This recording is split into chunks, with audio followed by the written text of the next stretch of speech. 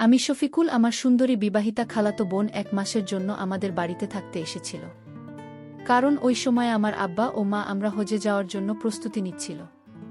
তারপর আমার আব্বা মা যখন হজের জন্য বেরিয়ে পড়েছিল, তারপর সেদিন রাতে বাসায় আমি একাই ছিলাম। তারপর অর্ধেক রাতে মনে হলো কেউ যেন আমার পাশে শুয়ে আছে, আমাকে ছোঁয়ার চেষ্টা করছে। তারপর অনেক বেশি ঘাবড়ে গিয়ে চোখ খুলতেই দেখি আমার খালাতো বোন তো আমার চাদরের ভিতরে শুয়েছিল। আমাকে বলল, আমি খালাত ভাই আমার, তুই আমার কষ্ট জানিস না? জামাইবাবু আমায় তেমন একটা সময় দিতে পারে না। কি বলব, দুঃখের কথা, আমি অনেক কষ্টে আছি, তুই আজ আমার একটা কথা রাখবে ভাই। আমি তো খালাতো বোনের চেয়ে অনেক ছোট ছিলাম। আমি তার কথা বুঝতে পারছিলাম না। খালাতো বোন পাগলের মতো বলতে লাগল, ভাই আমি একটি বার তোমার সঙ্গে নিজের। এবং এই কথা বলে আমার খালাতো বোন যখন আমার সাথে এমন করল, আমি তখন চোখে ঝাপসা দেখতে শুরু করেছিলাম। আবার অনেক খুশি লাগছিল, কিন্তু আমি তখন বেহুশ হয়ে জ্ঞান হারিয়ে ফেললাম। যে কেউ আমার জায়গায় থাকলে জ্ঞান হারা হয়ে যেত, তার উপর আবার আমার খালাতো বোন, সে দেখতে অনেক সুন্দর ছিল। তারপর আমার যখন জ্ঞান ফিরে আসে, তখন আমিও সুযোগ পেয়ে আমার খালাতো বোনকে। আসলে আমার আব্বা মা যখন আমরা হজে যাওয়ার জন্য প্রস্তুতি নিচ্ছিল, ওই সময় আমি বাড়িতে একা থাকব, এটা ভেবে আমার ছোট খালার বোন ও জামাইবাবুকে আমাদের বাড়িতে ডেকেছিল এবং আমার খালা ও তাদের সঙ্গে এসেছিল। আসলে ওই সময় কিন্তু আমার জামাইবাবু বলেছিল আমার খালাতো বোন স্বপ্নাকে নাকি এখানকার সব থেকে বড় ডাক্তারের কাছে চিকিৎসা করানোর জন্য অ্যাপয়েন্টমেন্ট নিয়েছে। তাই সে এই বাহানায় আমার বাসায় থেকে চিকিৎসা করাবে এবং আমার খাওয়া দাওয়ারও খেয়াল রাখবে। যেহেতু আমি বাবা মায়ের একমাত্র পুত্র সন্তান ছিলাম, আমার নিজের বোন বা দিদি থাকলে হয়তো আর কাউকে ডাকতে হতো না। তাও এমন নয় যে আমি কিছু রান্নাবান্না বা কোনো কাজ করতে জানতাম না। আমি মোটামুটি রান্নাবান্না করতে জানতাম। কিন্তু আব্বা মা ভেবেছিল আমার খালাতো বোন ও খালা আমাদের বাড়িতে এসে থাকলে আমার একাকিত্ব বোধ থাকবে এবং আমাকে কোনো কিছুর জন্য খুব বেশি কষ্ট করতে হবে না। ওই সময় আমার কলেজের 3rd ইয়ারে পড়াশোনা চলছে এবং আমি কিন্তু ভীষণ তরুণ ও পেশিবহুল পুরুষ ছিলাম। আমার শরীর স্বাস্থ্য দেখে কেউ বলতো না যে আমার এতটা কম বয়স, কারণ ছোটবেলা থেকেই আমার শরীরের গ্রোথ অনেক বেশি ছিল এবং আমি দেখতেও ভীষণ সুন্দর ছিলাম। এদিকে আমার আব্বা মায়ের হয়ে যাওয়ার আগের দিন আমার ছোট খালা ও তার মেয়ে সফর এবং জামাইবাবু, তারা 3 জন এসে হাজির হয়েছিল। আমার খালার সঙ্গে তো বছরে একবার হলেও দেখা সাক্ষাৎ হতো, কারণ ছোট খালা তো বছরে একবার হলেও আমাদের বাসায় আসত 24 দিন থাকার জন্য। কিন্তু আমার খালাতো বোনের সঙ্গে প্রায় 4 বছর পরে দেখা হয়েছিল, কারণ সোফা আপু বিয়ের পরে সেদিন প্রথম আমাদের বাড়িতে জামাইবাবুকে নিয়ে এসেছিল এবং তার সৌন্দর্য দেখে তো আমি তার দিকেই তাকিয়ে থেকে গেছিলাম। বিয়ের আগে আমার খালাতো বোন আমাদের বাড়িতে আসতো এবং থেকে যেত, কিন্তু বিয়ের 4 বছর পরে আমি সেদিন তাকে প্রথম দেখেছিলাম।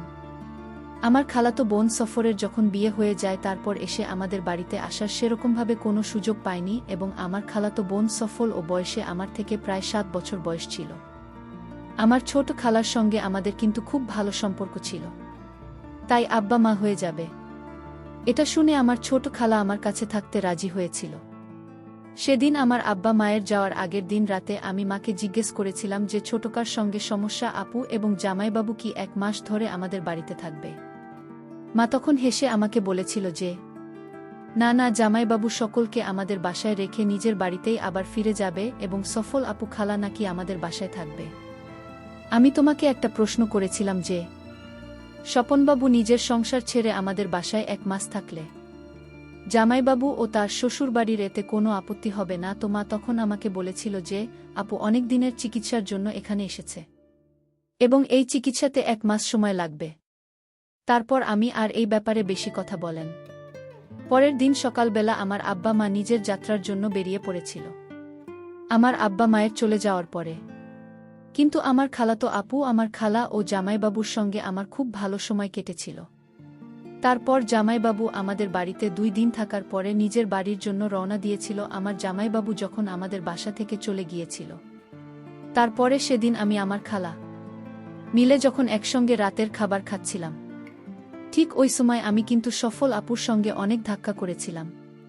বলেছিলাম, সফল আপু তুমি কত সুন্দর, কিন্তু তোমার বর ততটাই কুৎসিত দেখতে, আমার কথা শোনা মাত্রই জানি না কেন আমার খালাতো বোন রাগ করে। খাবার ছেড়ে টেবিল থেকে উঠে ঘরের ভিতরে চলে যায়। আমি তখন খেলার মুখের দিকে তাকিয়েছিলাম এবং ভীষণ লজ্জা পেয়েছিলাম এবং বুঝতে পেরেছিলাম যে আমি হয়তো একটু বেশি ঠাট্টা করে ফেলেছি।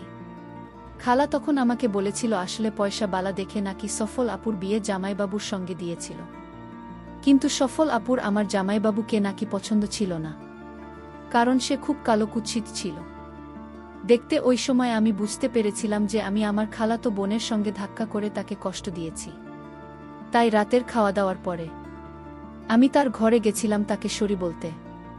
তারপর সেদিন রাতে আমি যখন তার রুমে যাই তখন দেখি আমার খালাতো বোন ঘরের লাইট বন্ধ করে মন খারাপ করে বিছানা একদিকে চুপচাপ বসেছিল, এবং আমি যখন রুমে ঢুকে লাইটটা অন করে তার পাশে গিয়ে বসি এবং তাকে নরম স্বরে বলি, তখন সে নিজের আবেগ ধরে রাখতে না পেরে হঠাৎ করে কাঁদতে কাঁদতে আমাকে জড়িয়ে ধরে নিজের মনের কথাগুলো বলতে শুরু করে। আমি তো তাকে নিজের আপন মনে করে তার মাথায় হাত বুলিয়ে অনেক স্নেহ দিয়ে বলেছিলাম, আপু তুমি এ নিয়ে একদম মন খারাপ করো না, মানুষের চেহারাটাই সব কিছু নয়, চেহারার সৌন্দর্যের থেকে মনের সৌন্দর্য কিন্তু অনেক বেশি মূল্যবান ও কার্যকরী। পরের দিন সকালবেলা হঠাৎ করে আমার খালু ফোন আসে এবং আমার খালুর সঙ্গে আমার খালা যখন ফোনে কথা বলে তারপরে সে অনেক বেশি কাজ শুরু করে এবং নিজের জামা কাপড় গোছাতে শুরু করে।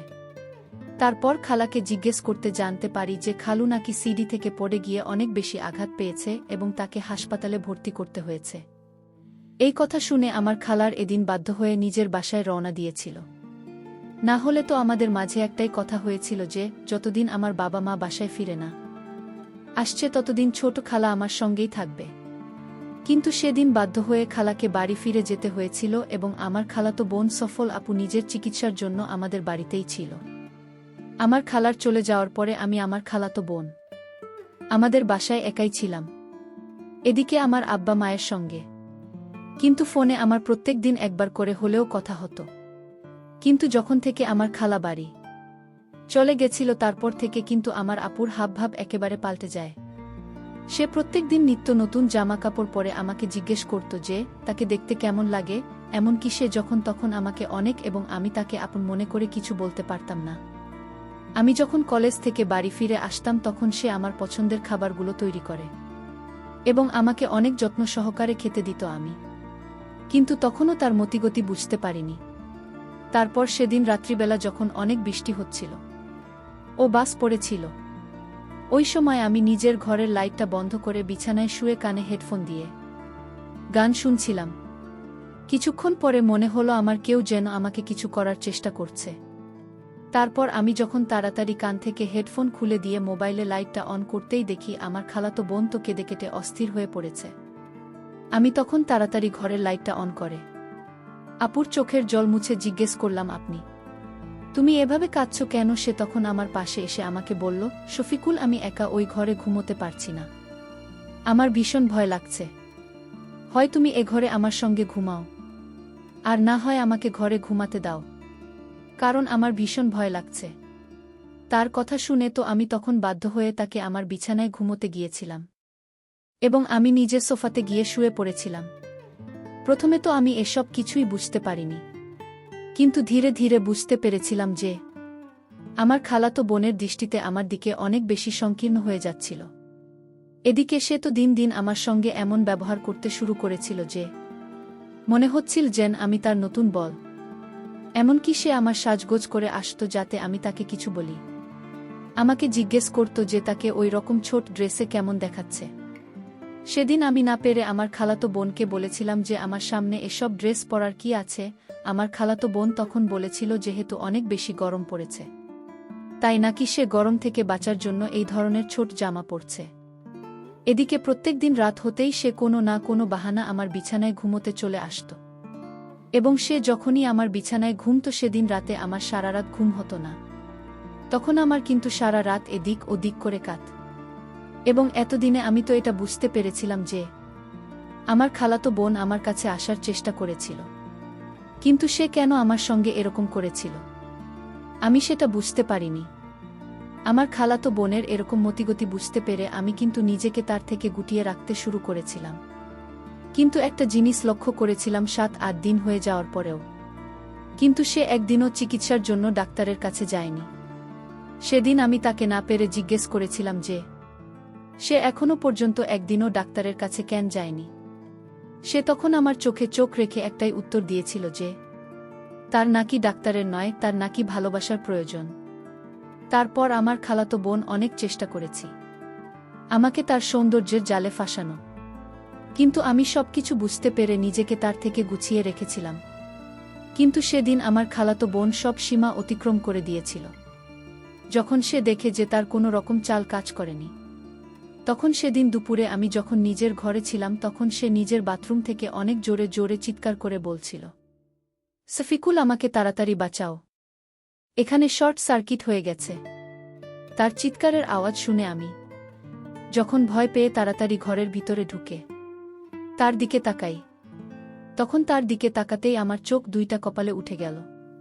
কারণ সে বাথরুমের ভিতরে এমন অবস্থা ছিল যে তাকে ওই অবস্থায় আমার দেখা ঠিক হয়নি। তুমি এসব কি করছো? কেন তুমি আমার সঙ্গে এরকম করছো? এরকম অবস্থায় তোমার আমার সামনে আসতে একবারও লজ্জা করে না? আর এখানে তো কোনো শর্ট সার্কিট হয়নি, তাহলে তুমি কেন মিথ্যে কথা বললে? তার মানে তুমি এটাই চাইছিলে তো যাতে আমি তোমাকে এই অবস্থায় দেখি, এবং তুমি যেটা চাইছো তোমার মনোকামনা যাতে পূরণ করি। যখন থেকে খালা আমার বাড়ি থেকে গেছে তারপর থেকে তুমি আমার সঙ্গে বাজে ব্যবহার শুরু করেছে। তুমি আমার থেকে কি চাইছো? তারপর আমার খালাতো বোন যে অবস্থায় ছিল সেই অবস্থাতে বলো, শুধু একবার তোমারে চাই, দয়া করে আমার পূরণ করো। আমি তখন আমার খালাতো বোনকে হুমকি দিয়ে বললাম, তুমি এখান থেকে চলে যাও, না হলে আমি কিন্তু এসব কথা আমার বাবা মাকে ফোন করে বলে দেব। আমি কিন্তু এতদিন চুপ করেছিলাম, তার মানে এই নয় যে আমি তোমার এই অসভ্যতা দেখে এখনো চুপচাপ থাকব।